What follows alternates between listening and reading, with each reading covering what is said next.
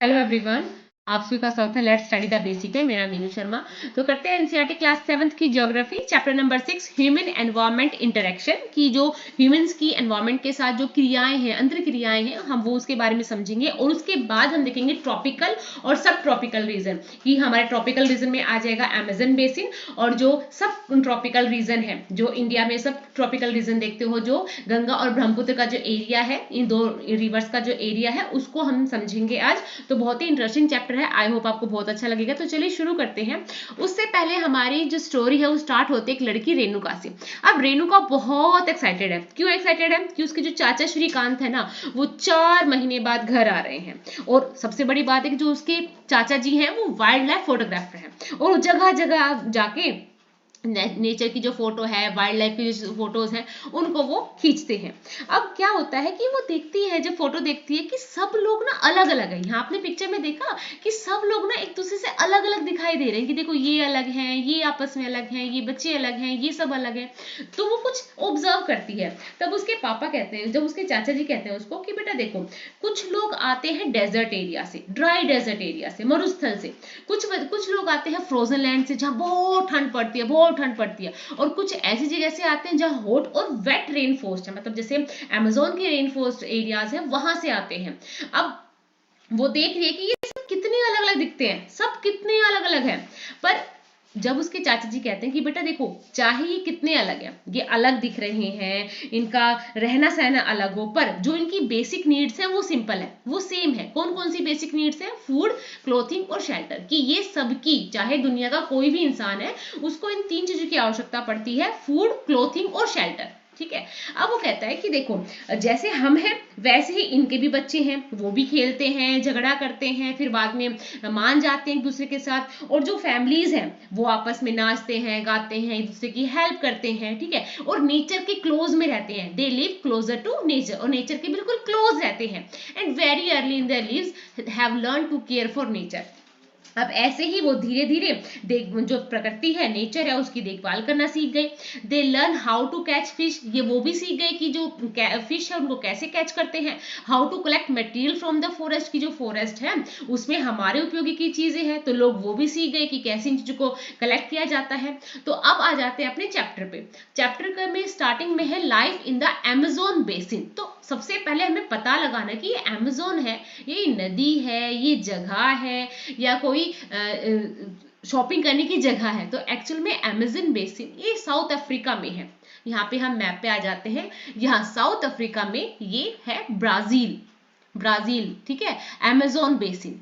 तो ये यहाँ वेस्ट के पहाड़ियों से निकलती है, वेस्ट की पहाड़ियों से निकलती है, और ये यहाँ ईस्ट में जाके अटलांटिक ओशन में गिर जाती है। और अमेजोन जो लार्जेस्ट, लार्जेस्ट क्यों कहा गया? क्योंकि बहुत बड़ी जगह में फैली हुई है। कोलंबिया, वेनेजुला, इक्वेडोर, पेरू, इन सब में ये फैली हुई है यहाँ पे ये अमेजोन नदी। ठीक है।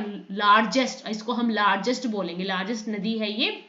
अब देखो, इसके साथ इसकी बहुत सारी ट्रिब्यूटरीज जुड़ी हुई हैं। अब ट्रिब्यूटरीज क्या होती हैं? So these are small rivers that join the main river, and the main river along with all its tributaries that drain an area form a river basin और the catchment areas. The Amazon basin is the largest river basin in the world. तो देखो, जहां और सारी नदियां, अब जो ये अमेजोन नदी है, इसके साथ में बहुत सारी ट्रिब्यूटरीज, बहुत सारी छोटी छोटी नदियां इससे आके जुड़ गई है। तो ये इसके ट्रिब्यूटरीज है, और ये सब मिलके कहाँ पे जा रही है? अटलांटिक ओशन में जाके गिर रही है। और जहां ये इतना बड़ा एरिया बनाती है ना, उसको कहते हैं बेटा रिवर बेसिन। क्या कहते हैं? रिवर बेसिन कहते हैं। और अमेजोन जो बेसिन है वो वर्ल्ड का लार्जेस्ट रिवर बेसिन है। रिवर बेसिन कहाँ? जहाँ पे बहुत सारी नदियां आके मिलती हैं, जहाँ फिशिंग आसान हो जाती है, जहाँ पे बहुत सारी वाइल्ड लाइफ हो जाती है, तो उसको क्या कहते हैं? Amazon basin. मतलब ये बेसिन एरिया, रिवर बेसिन। और ये यहाँ पे हम अमेजोन बेसिन के लिए पढ़ रहे हैं। अब आप यहाँ देख सकते हो कि इक्वेडोर पे है ये, इक्वेटर पे है ये। ठीक है। 0 डिग्री। और ये किस किस के बीच में है? 10 डिग्री नॉर्थ और 10 डिग्री साउथ के बीच में पूरा ये एरिया है अमेजोन बेसिन का।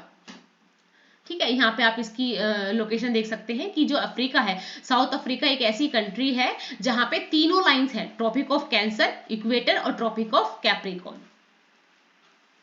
Before learning about Amazon basin let's look at the map. हमने मैप देखा, अब देखो जो 10 डिग्री नॉर्थ और 10 डिग्री साउथ के बीच इक्वेटर पे है, ठीक है, जो ट्रॉपिक ऑफ रीजन है, ट्रॉपिकल रीजन है, lies very close to the equator between 10 degree north and 10 degree south, so it is referred to the equatorial region. अब जो ये यहाँ पे रीजन है, ये रीजन है वो क्या है, इक्वेटोरियल रीजन है।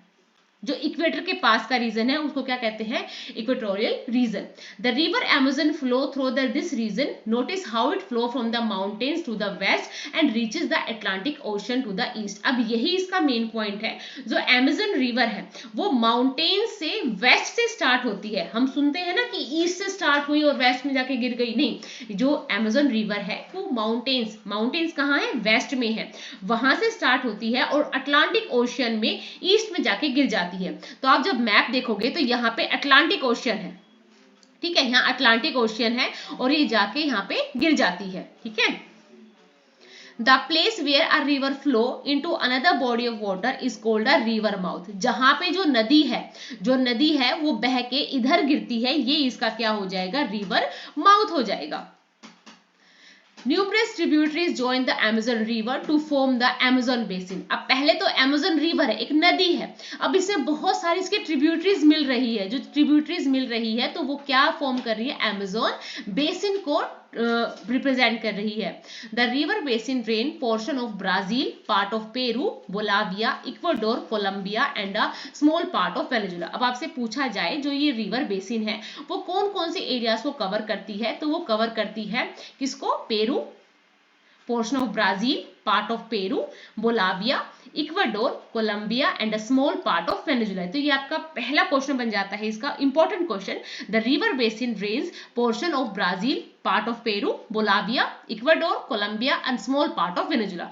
सेकंड पार्ट हमारे यही आ जाता है कि ट्रॉपिकल रीजन है जो अमेजन जो लाई करती है वो है इक्वेटर पे, close to equator between 10 degree north and 10 degree south and so it is refer to the equatorial region. अब इतना समझ में आ गया।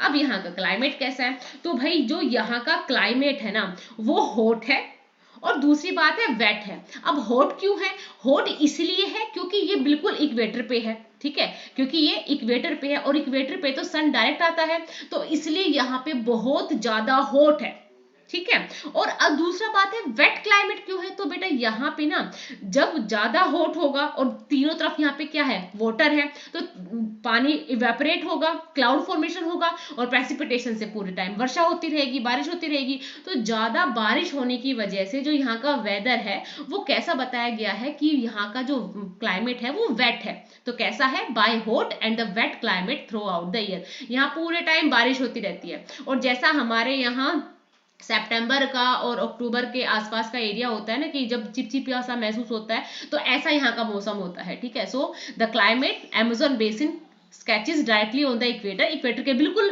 डायरेक्ट है इसलिए वहां पे ज्यादा हॉट है, और भाई बहुत ज्यादा बारिश होती रहती है इसलिए वहां का जो क्लाइमेट है वो वेट है, ठीक है। वेट यहाँ पे आर्द्र बोलेंगे कि नमी है, हमेशा चिपचिपा सा महसूस होता रहता है। Both day and night are almost equally hot, humid and hot. अब रात का भी समय दिन का भी समय हॉट है और ह्यूमिड है, मतलब उमस सी है थोड़ी सी, क्योंकि बारिश हो रही है तो बारिश से क्या होता है, मौसम में क्या होता है, नमी हो जाती है, उमस हो जाता है और हमेशा जो स्किन है वो स्टिकी सा फील करती है। और यहाँ पे हमेशा बारिश होती है, रोज बारिश हो जाती है, इसका तो हम पता भी नहीं लगा सकते, कोई वार्निंग भी नहीं आती कि बारिश होने वाली है या नहीं होने वाली है। और जो टेम्परेचर है वो रात की समय थोड़ा कम हो जाता है, पर दिन में तो बहुत हाई टेम्परेचर होता है, बहुत हॉट होता है, बहुत ह्यूमिड होता है, ठीक है। तो यहाँ का ऐसा क्लाइमेट है। तो एक शब्द में हम इसे एक लाइन में इसको बोलेंगे तो यहाँ का जो क्लाइमेट है वो हॉट एंड वेट क्लाइमेट है, वेट क्लाइमेट है। आपको बात समझ में आई। अब रेन फॉरेस्ट एरिया है। अब रेन फॉरेस्ट क्या होता है, वर्षा वन, अमेजोन के रेन फॉरेस्ट ये सबसे ज्यादा फेमस है। क्यों, क्योंकि जो यहाँ की पहली बात है बहुत ज्यादा बारिश होती है, बहुत ज्यादा बारिश होंगी, जो इनका जो फॉरेस्ट है वो डेंस हो जाएगा, बिल्कुल डार्क फॉरेस्ट होता है। आपने देखा भी होगा कई पिक्चर्स में कि बिल्कुल ऐसा बिल्कुल डार्क वाला फॉरेस्ट, घना फॉरेस्ट। तो अमेजोन के जितने भी फॉरेस्ट है, अमेजोन पूरा इतना बड़ा जंगल है, पूरा डार्क है, डेंस है। अब क्यों है, क्योंकि देखो यहाँ पे बारिश हो रही है तो बहुत सारे पेड़ उग गए, ठीक है। और वो पेड़ इस तरह उगे हैं कि उन्होंने ऊपर छत सी बना ली है, मतलब नीचे तो सनलाइट आ ही नहीं रही, सनलाइट नीचे नहीं आ रही, तो इसलिए यहाँ के जो पेड़ पौधे हैं वो ऐसे ही उगते हैं जिनको छाया में उगना पता हो या उग सकते हो जो छाया में। तो यहाँ पे बताया गया the forest are in fact so thick that the dense so roof created by leaves and branches does not allow the sunlight to reach the ground, कि इतना डेंस फॉरेस्ट होता है कि सूरज की रोशनी को वहीं ऊपर रोक लेता है, नीचे तो पता ही नहीं चलता कि सूरज निकल भी रहा है नहीं निकल रहा होता है। बिल्कुल नीचे जो ग्राउंड होता है ना वहां पे डार्क और डंप होता है, बिल्कुल अंधेरा, कोई प्रकाश नहीं सूरज का। ओनली शेड टोलरेंट वेजिटेशन, की अगर कोई परछाई में रह सके, मतलब शेडेड एरिया में जो वेजिटेशन उग सके, सिर्फ ऐसे ही जो प्लांट्स हैं वो उगते हैं। अब यहाँ पे कुछ ऐसे प्लांट्स हैं जिनको पैरासाइट बोला गया, प्लांट पैरासाइट बोला गया, क्योंकि दूसरे प्लांट से जितनी भी आवश्यक चीजें उनको चाहिए उनको लेके, इसलिए जो मतलब दूसरों पे अपने जीवन को बिता देते हैं ना, दूसरों से कुछ कुछ लेके अपने जीवन बिताते हैं, अपने पोषक लेके बिताते हैं, उनको पैरासाइट्स बोलते हैं। तो ऐसे यहाँ प्लांट पैरासाइट्स है, कौन कौन से, ऑर्चिड और ब्रोमेलाइट्स। ऑर्चिड और ब्रोमेलाइट्स ऐसे प्लांट्स हैं जो प्लांट्स पैरासाइट है कि उनको जो चाहिए होता है वो यहाँ के जो और प्लांट्स होते हैं उनसे ले लेते हैं और उग जाते हैं, शेडेड एरिया में रहते हैं।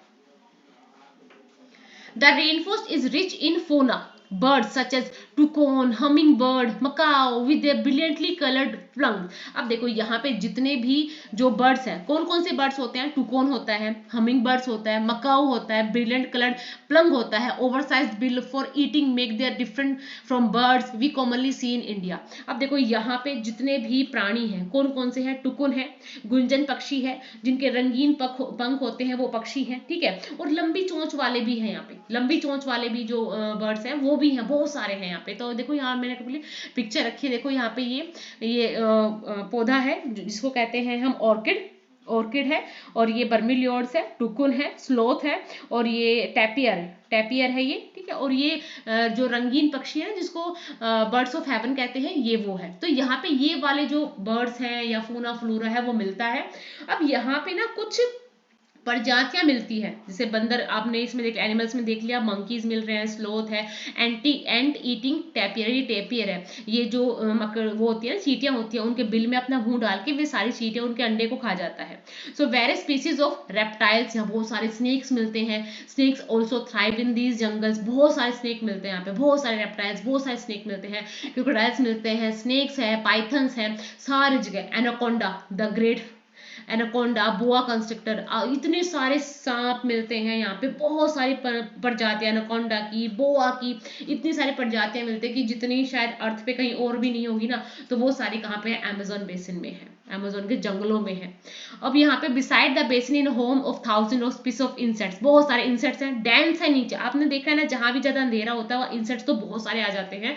Several species of fishes including the flesh eating पिराना। अब एक पिराना फिश होती है, देखो ये पिराना फिश है जो फ्लैश को भी खा जाती है, तो ऐसी फिश भी मिलती है यहाँ पे। तो आप बेसिकली ये कह सकते हो कि इतने प्रकार के डिफरेंट वैरायटी के फ्लोरा है, फूना है, एनिमल्स हैं, रेप्टाइल्स हैं, इंसेक्ट्स हैं, फिशेज हैं, अजीब अजीब प्रकार की फिशेज भी यहाँ मिल जाएंगी। तो ये सारा है एक रेनफोर्स्ट एरिया जहाँ पे ये सब मिलता है। अब यहाँ पे ब्रोमेलाइड्स के बारे में, ब्रोमेलाइड्स are special plants that store water in their leaves. Animals like frogs use these pockets of water for laying their eggs. अब जो ब्रोमेलाइड का जो पौधा होता है वो क्या करता है, पानी को स्टोर कर लेता है अपने लीव्स में, और जो ये फ्रॉग्स होते हैं वो उसमें अपने अंडे दे देते हैं, ठीक है। People of the rain forest, अब इन वाले एरिया में लोग कैसे रहते हैं, तो जो यहाँ के लोग हैं ना वो छोटे छोटे जगह में कुछ कुछ वृक्षों को काट के रहते हैं, कि भाई यहाँ से एरिया क्लियर कर लिया और फिर यहाँ रहने लगे। While man Hunt and fish along the river, कि जो आदमी है वो हंटिंग करने जाते हैं, फिश पकड़ने जाते हैं। Women take care of the crops, अब देखो ये लोग जानते हैं कि क्रॉप्स कैसे उगाई जाती है, यहाँ पे क्रॉप्स होती हैं बहुत प्रकार की, तो यहाँ की जो वुमेन है वो टेक केयर करती हैं क्रॉप्स का। एंड दे मेनली ग्रू टोपिका, अब वो जो उगा रहे हैं वो है टोपियोका, अनानास और स्वीट पोटैटो। देखो यहाँ की जो मेन वेजिटेशन है वो यही है, टोपिका, इसको बोलेंगे टेपियोका,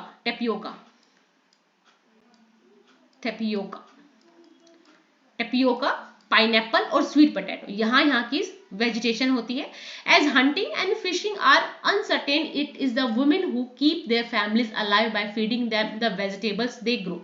अब क्या होता है यहाँ पे आपने देख लिया कौन कौन से वेजिटेशन है, टेपियोका है, अनानास है, शकरकंदी उगा रहे हैं, मछली भी पकड़ते हैं, शिकार भी खेलते हैं, और जो महिलाएं हैं, जो विमेन्स हैं, वो कुछ ऐसे साग सब्जी उगाते ताकि जो परिवार है उसकी फीडिंग चलती रहे। और क्या करता है कि वो एक प्रकार की कृषि का भी करते हैं जिसको कहते हैं स्लैश एंड बर्न कल्टीवेटिंग। कि क्या होता है कि स्मॉल एरिया को उन्होंने क्या किया, उसमें कुछ उग गया, उसको काट लिया और फिर वहां से जला के फिर दूसरे एरिया को साफ किया, वहां पे दूसरी वेजिटेशन को उगा दिया। तो वो स्लैश एंड बर्न एग्रीकल्चर को प्रमोट करते हैं, उसकी प्रैक्टिस करते हैं कि ऐसा होता है कि वो एक पार्ट को क्या करते हैं, साफ कर देते हैं, उस पर अपना कल्टीवेशन करते हैं, जब जो फसल है वो उग जाती है, बाद में उसको काट लेते हैं, बाद में उसको आग लगा के दूसरी जगह को साफ कर लेते हैं। So the slash and burn is a way of cultivating land where farmers clear a piece of land by slashing or cutting down trees and bushes. These are then burnt, which release the nutrient into the soil. Now crops are grown in these clear field for a few years. अब इसके बाद जो भी उसमें फसल होगी वो बहुत अच्छी होगी, और जो उन्होंने उसमें जला दिया है ना, वो उसका एज अ खाद काम करेगा। ठीक है, अब देखो यहाँ पे अब बारिश हो रही है, ठीक है, बारिश हो रही है, तो यहाँ का जो मुख्य आहार हो जाएगा वो हो जाएगा मैन्योक। क्या हो जाएगा बेटा, मैन्योक। यहाँ पे द स्टेबल फूड जो यहाँ ज्यादा खाया जाता है वो है मैन्योक। मैन्योक मतलब जो धरती के नीचे होते हैं, धरती के नीचे जो फूड उगता है, स्टेबल फूड उगता है, उसको मैन्योक बोलता है। Also known as cassava. किसको क्या बोलते हैं, इसको cassava that grow under the ground like the potato. जैसे हमारे पोटैटो उगते हैं ना, ऐसा यहाँ एक स्टेबल फूड है मैन्योक, जिसको कसावा भी बोलते हैं। वो धरती के अंदर उगते हैं, जैसे हमारे आलू उगते हैं ना, आलू उगते हैं, आलू को खाते हैं, ऐसा कसावा होता है। They also eat queen and, अब ये चींटियां भी खाते हैं, ठीक है, और मतलब ऐसी बहुत सारे एग शैसेस है उनको भी खाते हैं। और ये यहाँ पे जो जैसे यहाँ पे बहुत ज़्यादा बारिश हो रही है तो यहाँ पे कॉफी, मेज, कोकावा, ये सारी चीजें ग्रोन करते हैं। तो आपने यहाँ देख लिया टेपियोका, पाइनएप्पल, स्वीट पोटैटोज उगाते हैं, कॉफी है, मेज, कोकोआ, ये सब ग्रोन करते हैं। और ये क्या क्या खाते हैं, मैन्योक खाते हैं जिसको कसावा बोलते हैं, ये क्वीन एंट भी खाते हैं और एग शैसेस भी खाते हैं। अब देखो जो रेनफोर्स्ट एरिया है वहां पे क्या होता है, ये यहाँ एरिया है जंगल का, तो यहाँ पे लकड़ियां तो आसानी से मिल जाएगी। अब बहुत सारी लकड़ियां मिल रही हैं, कुछ लोग मधुमक्खी से छत्ते बना के घर पे रहते हैं, ठीक है, और कुछ बड़े बड़े अपार्टमेंट में भी रहते हैं जिनको कहते हैं मलोका। ठीक है, जिनको क्या कहते हैं बेटा, मलोका। तो मलोका क्या होता है कि maloca there are other large apartment like houses called maloca. कि कुछ लोग तो कैसे रहते हैं, जो मधुमक्खी का छत्ता होता है ना, ऐसे घर बना के रहते हैं, थैचड हाउस बोलते हैं उनको, ठीक है। और कुछ लोग बड़े बड़े अपार्टमेंट्स में रहते हैं जिनको मलोका कहते हैं, और जिनकी रूफ होती है वो स्लैंटिंग होती है। क्यों होती है स्लैंटिंग, क्योंकि बारिश बहुत ज्यादा होती है, ताकि पानी वहां जमा ना हो, इसलिए यहाँ की जो रूफ है वो स्लैंटिंग होती है। तो हमने देखा टेपियोका उगाते हैं, पाइनएप्पल्स उगाते हैं, स्वीट पोटैटोज उगाते हैं, स्लैश एंड बर्न एग्रीकल्चर करते हैं, स्टेबल फूड इनका मैन्योक जिसको कसावा भी बोलते हैं, क्वीन एंट भी खाते हैं, एग शैसेस भी खाते हैं, और जो ये उगाते हैं क्रॉप्स में वो कॉफी हो गया, मेज हो गया, कोकोआ हो गया, और बहुत सारी और चीजें होगी जो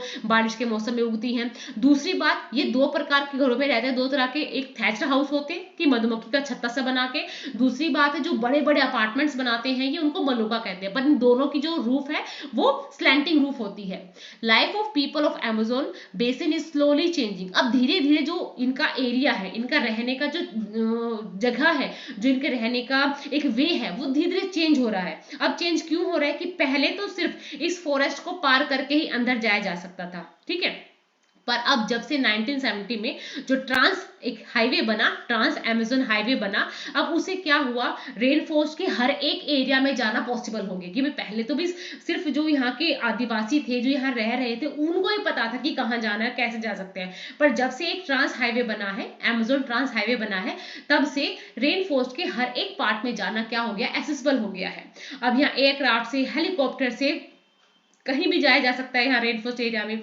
the indigenous population was pushed out from the area, forced to settle in new areas where they continue to practise their distinct way of farming.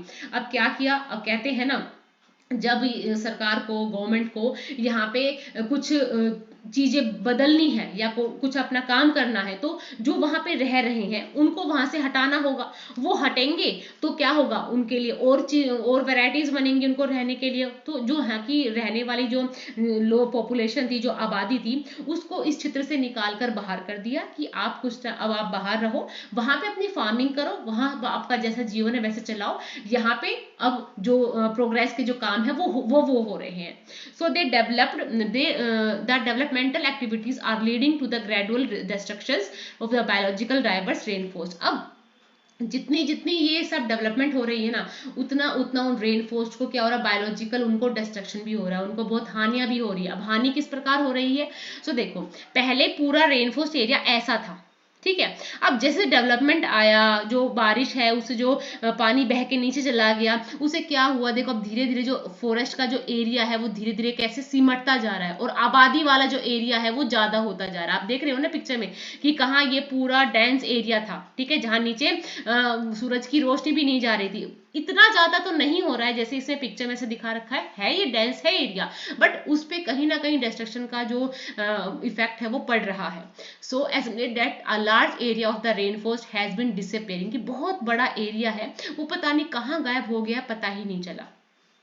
You can see that this destruction of forest has a much wider implication, that topsoil is washed away as the rains fall and the lush forest turn into a barren landscape। कि जो ज़्यादा बारिश की वजह से जो नीचे से बहती हुई जो लैंड का जो फर्टाइल जो चीज़ होती है वो बह के नीचे आ गई। तो नीचे आने से क्या हुआ, जो इतना डेंस फॉरेस्ट था वो धीरे धीरे क्या हो गया है, बिल्कुल बैरन लैंडस्केप के रूप में बन गया है। अब आ जाते हैं the life in the Ganga Brahmaputra basin. अब वापस से मैप पे चलते हैं, तो हमने यहाँ पे देखा कि अपना यहाँ इंडिया में तो गंगा ब्रह्मपुत्र का एरिया हम कवर करेंगे। हाँ जी, ये रहा, ये देखो, तो यहाँ से गंगा रिवर और इसकी ट्रिब्यूटरी यमुना, ठीक है, और इसकी और भी बहुत सारी ट्रिब्यूटरीज है। ट्रिब्यूटरी क्या होती है, जो एक मेन रिवर होती है और उसमें आके जो उसकी और बहुत सारी जो नदियां हैं वो मिलती हैं, तो उसको क्या कहते हैं, ट्रिब्यूटरीज कहते हैं। ऐसे यहाँ ब्रह्मपुत्र नदी है, ये ब्रह्मपुत्र नदी यहाँ से, ठीक है, असम अरुणाचल प्रदेश से होते हुए यहाँ पे नीचे बे ऑफ बंगाल में नीचे गिर जाती है। जो इसकी लोहित है या दिहांग है, ये जो सारी नदियां हैं ये ब्रह्मपुत्र नदी की क्या है, ट्रिब्यूटरीज हैं। The tributaries of river Ganga and Brahmaputra together form the Ganga Brahmaputra basin। अब गंगा की जो ट्रिब्यूटरीज है, ब्रह्मपुत्र नदी की जो ट्रिब्यूटरीज है, वो जब मिलके आती हैं तो वो एक बेसिन का निर्माण करती है, बेसिन बनाती है। बेसिन बनाया कि जब बहुत सारी नदियां आके एक एरिया का बनाती है, उसको कहते हैं बेसिन। अब ये हमारे इंडिया सब कॉन्टिनेंट में है। The basin lie in the sub tropical region. अब जैसे हमने अमेज़न बेसिन के बारे में पढ़ा कि वो इक्वेटर के पास है, 10 डिग्री नॉर्थ है और 10 डिग्री साउथ है। यहाँ पे इंडिया में देखो ये 10 डिग्री नॉर्थ है और 30 डिग्री नॉर्थ है। किस लैटिट्यूड में है, 10 डिग्री नॉर्थ और 10 डिग्री साउथ में है, 30 डिग्री साउथ में है, ये लाई करती है यहाँ पे, ठीक है। यहाँ से जो एरिया है यहाँ से स्टार्ट होता है और यहाँ तक है, ये वाला पोर्शन, ठीक है, इसलिए इसको सब ट्रॉपिकल बोला गया है। The tributaries of the river Ganga like the घड़गड़, Son, Chambal, Gandak, Kosi and the tributaries of Brahmaputra drain it. अब देखो ये यहाँ पे गंगा रिवर की ट्रिब्यूटरीज बताई गई है, जो है घड़गड़, सोन, चंबल, गंडक, कोसी, ये सब ट्रिब्यूटरीज हैं गंगा की। आपको याद होनी चाहिए, तो हम दोबारा से याद कर लेते हैं। ट्रिब्यूटरीज ऑफ गंगा, घड़गड़, सोन, चंबल और गंडक, ये ट्रिब्यूटरीज हैं गंगा की।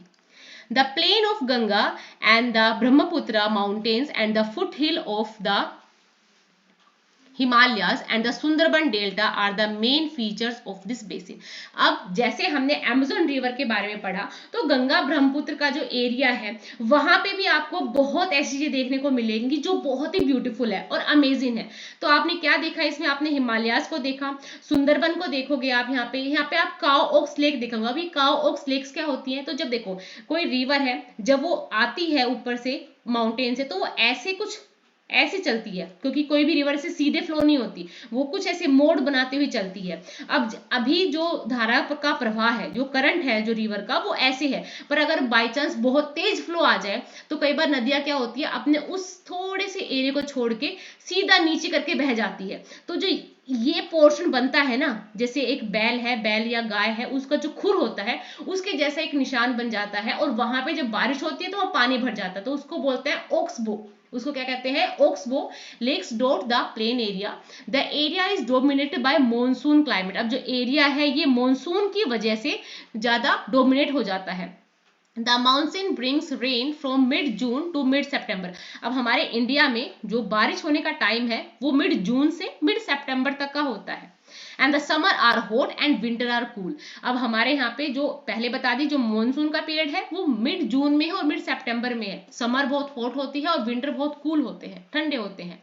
The basin area has varied topography. अब जैसे हमने अमेज़न में देखा, बहुत सारा क्लाइमेट की वजह से चेंजेस है, वहाँ का हैबिटेशन, वहाँ के माउंटेन्स, वहाँ पे रहने वाले जितने भी फ्लोरा फूना है, ऐसे ही यहाँ पे है। प्लेन्स एरिया है तो यहाँ की पॉपुलेशन तो ऑटोमेटिकली बहुत ज्यादा होगी, बहुत ज्यादा डेंस पॉपुलेशन है, क्योंकि नॉर्दर्न प्लेन है और प्लेन एरियाज है। प्लेन एरियाज में रहना आसान होता है, घर बनाना आसान होता है, जितनी भी हम और एक्टिविटी करते हैं वो सब आसान हो जाती है। तो ये यहाँ पे है जो पॉपुलेशन है वो डेंस है। जो गंगा ब्रह्मपुत्र का बेसिन है वहाँ पॉपुलेशन डेंस है, बहुत सारी पॉपुलेशन यहाँ रह रही है, और यहाँ के लोगों का सबसे मेन काम ही एग्रीकल्चर हो जाता है। कि यहाँ से कहते हैं 85% जो इंडिया के लोग हैं वो किस पे डिपेंड होते हैं, एग्रीकल्चर पे डिपेंड होते हैं। तो यहाँ एग्रीकल्चर करना बहुत ही आसान है, बहुत ही ईजी हो जाता है उन लोगों के लिए, क्योंकि जितने भी ट्रांसपोर्ट चाहिए उनको, यहाँ से वहाँ कुछ सामान चाहिए, तो वो सब आराम से उनके पास आ जाता है। अब यहाँ पे जनसंख्या घनत्व ज्यादा है, बहुत सारी फसलें उगाई जाती हैं, तो मेन फसल हो जाएगी यहाँ पे the soil is fertile.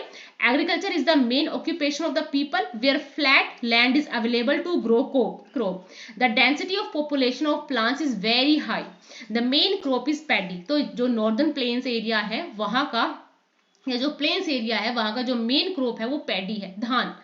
Since cultivation of paddy requires sufficient water, it grown in the areas where the amount of rainfall is high. अब पैडी एक ऐसा क्रॉप है जिसके लिए बहुत सारी अमाउंट में पानी चाहिए होता है। नॉर्दर्न प्लेन है, रिवर पास में है, ट्रांसपोर्ट भी पास में है, तो क्या है, पैडी को ग्रो करना बहुत इजी हो जाता है लोगों के लिए। यहाँ पे और भी बहुत सारे क्रॉप्स को उगाया जाता है, जैसे वीट हो गया, wheat, maize, sorghum, gram, millets are the other crops that are grown. तो यहाँ पे गेहूं, मक्का, जवार, चना, बाजरा, गन्ना, जूट, ये सारी जितनी भी फसलें हैं यहाँ पे नॉर्दर्न एरिया प्लेन में उगाई जाती है। यहाँ पे cash crops like sugar cane, jute are also grown. तो आपने देख लिया कि जो गंगा ब्रह्मपुत्र का बेसिन एरिया है वहां पे हमने वीट, मेज, सोरगम, और मेन जो हार्वेस्ट है वो पैडी है, gram, millets, sugar cane, jute are also grown.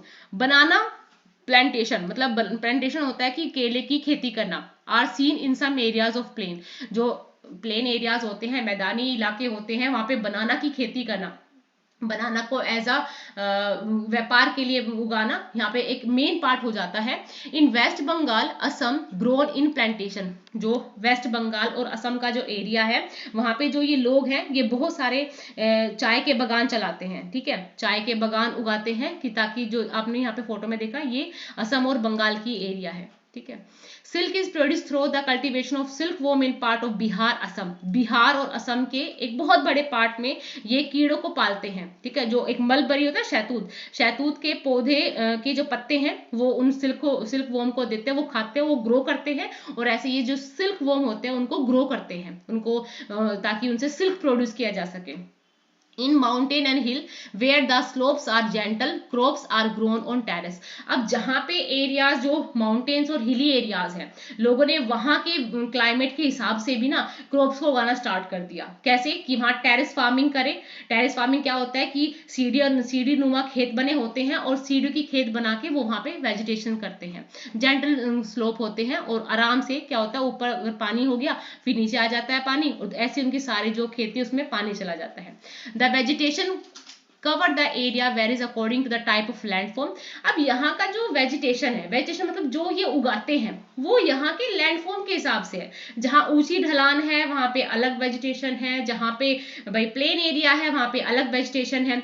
Ganga Brahmaputra का जो एरिया है वो बहुत ही ज्यादा जो वहां पे पेड़ पौधे उगते हैं वो डिडियस होते हैं, अलोंग विद टीक, साल, पीपल। अब यहाँ पे जो मेन यहाँ पे जो आपको ट्रीज मिलेंगे वो है टीक, साल और पीपल। साल, पीपल और टीक के जो पेड़ हैं बड़े बड़े वो आपको यहाँ दिखाई देंगे।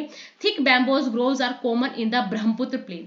जो ब्रह्मपुत्र का एरिया है ना वहां आपको बैम्बो दिखाई देंगे। बैम्बो आपने देखा बांस के पेड़, बांस के बहुत सारे बड़े बड़े पेड़ दिखाई देंगे ब्रह्मपुत्र एरियाज के पास। यहाँ पे आपको क्या दिखाई देगा, बैम्बू स्टिक्स पाए जाएंगे बहुत सारे। ये मैग्रोव फॉरेस्ट है। मैग्रोव फॉरेस्ट ये पश्चिम बंगाल के आसपास, असम के आसपास पाए जाते हैं। यहाँ पे देखो क्या है, सी है और सी के आसपास ही नीचे नीचे बुशेस हैं और यहाँ पे एक ऐसे पेड़ हैं जिनकी जो जड़ें हैं वो नीचे ना होके जड़ें ऊपर से आ रही हैं, तो ये मैग्रोव है। पूरा डेंस एरिया होता है यहाँ पे। In part of Uttarakhand, Sikkim and Arunachal Pradesh, Phoneteous tree like pine, devdar, fir can be seen because of climate is cool and the slopes are steep. अभी बताया जो गंगा ब्रह्मपुत्र का एरिया है वहां पे आपको तरह तरह का वेजिटेशन दिखाई देगा। जहां जैसी जमीन है, माउंटेन्स हैं तो माउंटेन्स वाले पेड़ पाए जाएंगे, प्लेन एरियाज है तो प्लेन एरियाज के माउंट के जो ट्रीज हैं वो पाए जाएंगे। ऐसे जो उत्तराखंड, सिक्किम और अरुणाचल प्रदेश का एरिया है वहां पे आपको पाइन के, देवदार के, फिर के ट्रीज पाए जाएंगे। और जो यहाँ के ट्रीज है ना वो थोड़ी ऐसे कोनिकल शेप में पाए जाएंगे, ऐसे इस वाली शेप में पाए जाएंगे। तो ये है पाइन, देवदार और फिर वाले जो ट्रीज हैं वो कहाँ पाए जाएंगे, उत्तराखंड, सिक्किम, अरुणाचल प्रदेश में। There is a variety of wild life in the basin. अब तरह तरह के जैसे पेड़ पौधे पाए गए हैं, ट्रीज पाए गए हैं, अब यहाँ पे जो वाइल्ड लाइफ है वो भी पाई जाएगी। तो यहाँ पे पाए जाएंगे आपको एलिफेंट, टाइगर्स, डियर, मंकी, यहाँ कॉमन है। ये चीजें आपको आम वहां दिखाई दे जाएंगी, elephant, tigers, deer, monkeys. The one horn rhinos सबसे प्रसिद्ध है असम। असम में जो वाइल्ड लाइफ सेंचुरी है एक, उसमें तो एक सींग वाला गैंडा बहुत प्रसिद्ध है, उसको वहां पे पाला जाता है, उसकी रक्षा की जाती है। is found in Brahmaputra plain in the delta area. Bengal tiger, crocodile are found aquatic like abound of fresh river water and lakes and Bay of Bengal Sea. The most popular variety of the fish are of rohu, kalta and hilsa. Fish and rice is the staple diet of the people living in the area. अब यहाँ पे elephant, tiger, dear, monkey, जो Bengal tiger है, crocodile है वो भी पाए जाते हैं। ब्रह्मपुत्र प्लेन्स है वहां पे आपको वन हॉर्न राइनो देखने को मिलेगा। यहाँ पे बहुत सारी फिशेस देखने को मिलेंगी जिसमें जो मेन फिशेस हैं वो कौन कौन सी है, रोहू, कतला और हिल्सा मछलियां। ये बहुत वहां की मोस्ट पॉपुलर फिशेज हैं, रोहू, काटला और हिल्सा। और यहाँ का जो मेन आपको खाने का जो पोर्शन मिलेगा, जो खाने की चीजें मिलेंगी वो है फिश और राइस। यहाँ का स्टेबल डाइट है। स्टेबल डाइट होता है कि जिसको लोग चाव से खाते हैं उसको कहते हैं स्टेबल डाइट। यहाँ पे ये टेरेस फॉर्मिंग का एक आपके लिए फिगर है। अब यहाँ पे बहुत सारे लेक्स मिलेंगे आपको, बहुत सारे। अब दूसरी बात है, जो गंगा ब्रह्मपुत्र एरिया का जो पार्ट है वो दो चीजों के लिए प्रसिद्ध है। पहली बात है अपनी वाइल्ड लाइफ और दूसरा है टूरिज्म। टूरिज्म क्यों? क्योंकि उत्तर प्रदेश, लखनऊ, वाराणसी, इलाहाबाद, पटना, कोलकाता ये ऐसे एरिया हैं जहाँ पे टूरिस्ट बहुत आते हैं, बहुत बड़ी मात्रा में आते हैं। पर जितना टूरिस्ट पोर्शन बढ़ता है उतना ही इन वाले एरियाज को क्या होता है, पोल्यूशन का सामना करना पड़ता है। क्योंकि लोग आते हैं, जितना भी उनका वेस्टेज होता है वो नदियों के आसपास या रोड साइड के आसपास डाल के चले जाते हैं। तो इससे क्या होता है, जो पोल्यूशन है वो और ज्यादा बढ़ जाता है। So Ganga Brahmaputra plains has several big towns and cities. Ganga Brahmaputra का जो एरिया है वहां पे बहुत बड़ी बड़ी सिटीज है, like Allahabad, Kanpur, Varanasi, Lucknow, Patna, Kolkata, all with the population of more than 10 lakh. 10 lakh से भी ज्यादा पॉपुलेशन है एक एक सिटी की यहाँ पे। River located along the river Ganga. The waste water from these towns and industries is discharged into the river. This lead to the pollution of the river. कि जितनी बड़े बड़े महानगर होंगे उनमें इंडस्ट्रीज होंगी। इंडस्ट्रीज जो ये प्रेजेंट ही वहां पे है जहाँ पे रिवर, जो गंगा का जो प्लान है वहां पे है। या इंडस्ट्रीज है, इंडस्ट्री अपना जितना भी वेस्ट है वो इन नदियों में बहा देती है, तो इससे क्या था, जो पोल्यूशन की जो मात्रा है वो बढ़ जाती है। The 4 way of transport are well developed in the Ganga Brahmaputra basin, जो 4 तरीके होते हैं ट्रांसपोर्ट के वो गंगा ब्रह्मपुत्र बेसिन में है, ठीक है। जल मार्ग से भी जा सकते हो आप किसी प्रकार से भी जा सकते हो उनके आसपास, यातायात बहुत अच्छा है, यहाँ का ट्रांसपोर्ट सिस्टम बहुत अच्छा है। In the plain area the roadways and the railway transport the people from one place to another, आप रोड से भी जा सकते हैं, आप रेलवे का सहारा लेके भी जा सकते हैं इन जगहों पर। The waterways is an effective means of transport particularly along the river, अब रिवर है जहाँ पे कहते हैं रिवर होती है या सी होते हैं, वहां पे जो मेन ट्रांसपोर्ट का जरिया हो जाता है वो हो जाता है river. Kolkata is an important port of the river Hooghly, आपने देखा कोलकाता है हुगली का, हुगली नदी पर स्थित है और एक बहुत ही महत्वपूर्ण पोर्ट है, ठीक है।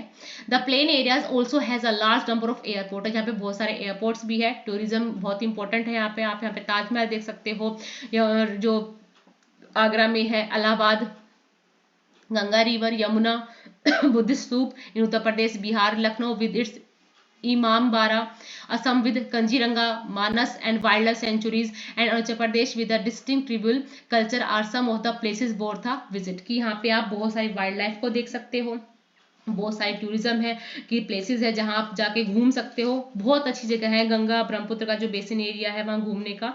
तो बस आज के लिए इतना ही है, आई होप आपको जो वीडियो वो अच्छे से समझ में आई होगी। Thank you and keep watching.